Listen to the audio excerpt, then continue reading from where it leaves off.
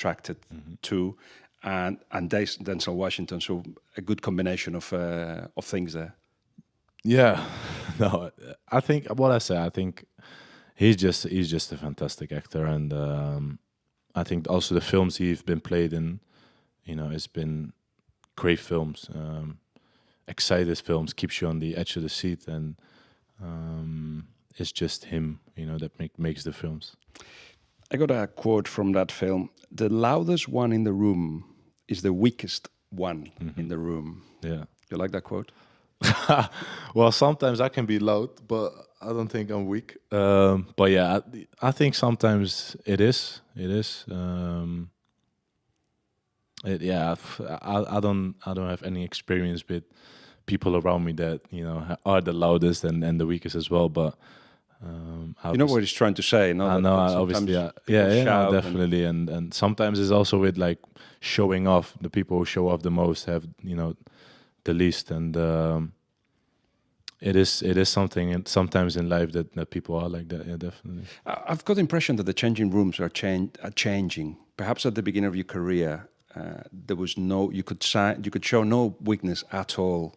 You had to shout and also look strong. I don't know if you met many players like that, but perhaps now people are more open to show that you're not always right, that you make mistakes, and that hurts you as well. Is that right? Has it been that evolution in the changing rooms? I think it has been, definitely.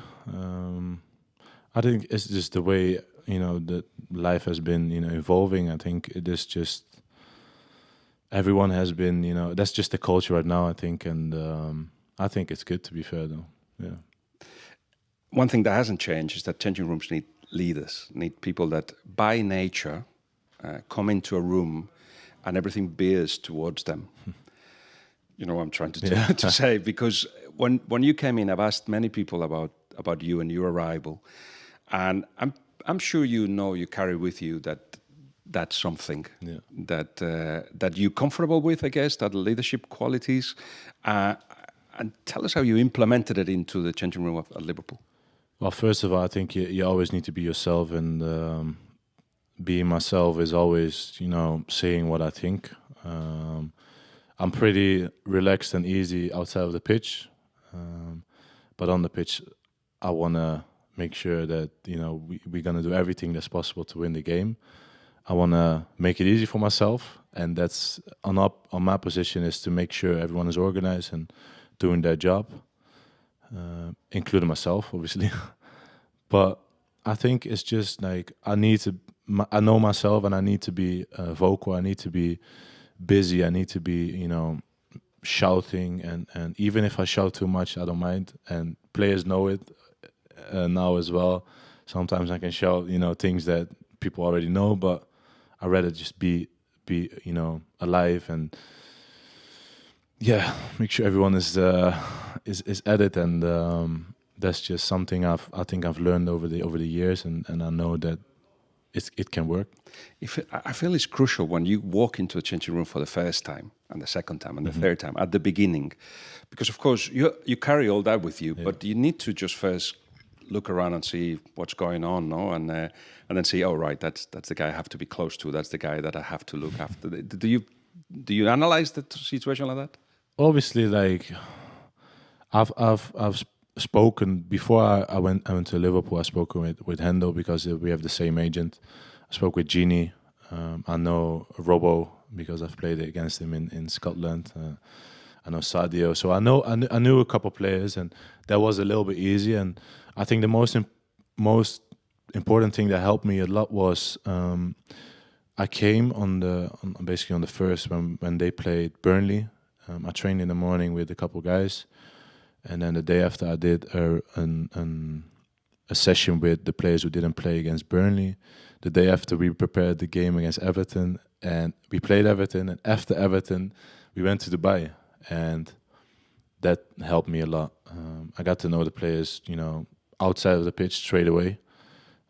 We had a couple of sessions there, and that helped me straight away. And obviously you still need to, I think the most important thing is to show it on the pitch, to earn your respect there, and be yourself outside of the pitch. And I think it went pretty fluent and just went, You remember a moment perhaps where you thought like, right, I've clicked. I won't say it to anybody, but now I feel I found my place in the team. I think that's difficult to say, but I think it went like in the beginning of the first couple of games. I had to, get used to the way of playing, get used to the intensity of the way we play, the high line, the sometimes risk as well that we take in defending and pressing. And I think it must be maybe in April when I had everything under control basically, and obviously the Champions League final, the road to the Champions League final helped as well, and I felt just great. I won't say any secret now because you said Henderson shares the same agent as you, and he was every day, you have to get this guy, you have to get this guy. You obviously knew that, and Henderson was saying, we're doing everything we can. Did it go like that?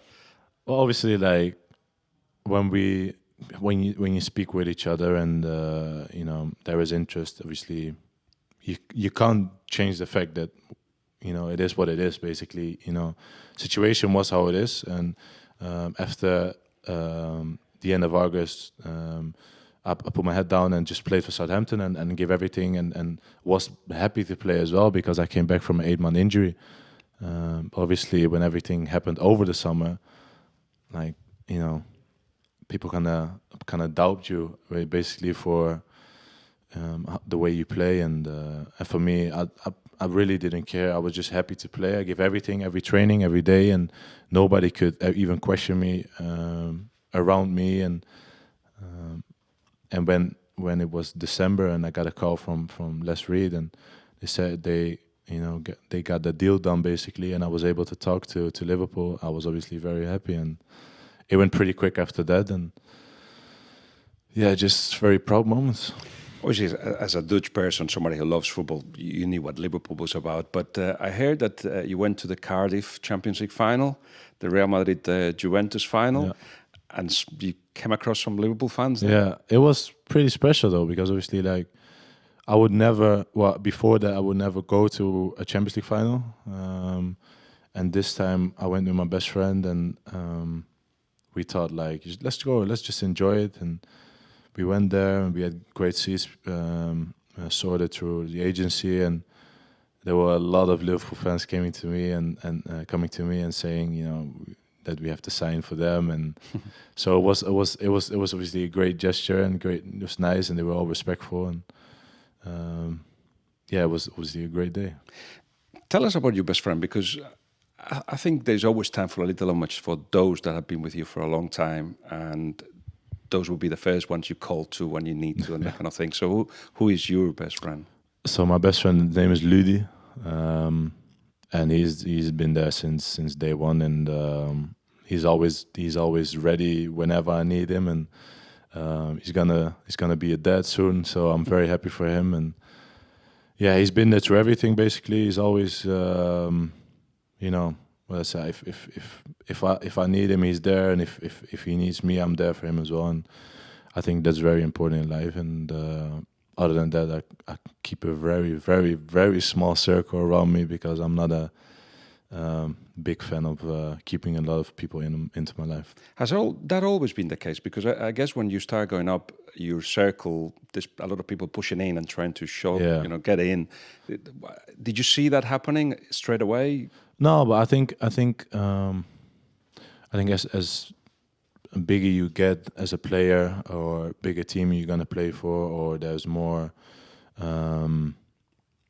spotlight on you. I think a lot of people that you ever met or seen once or twice, they want to come into your life again, and they want to be there and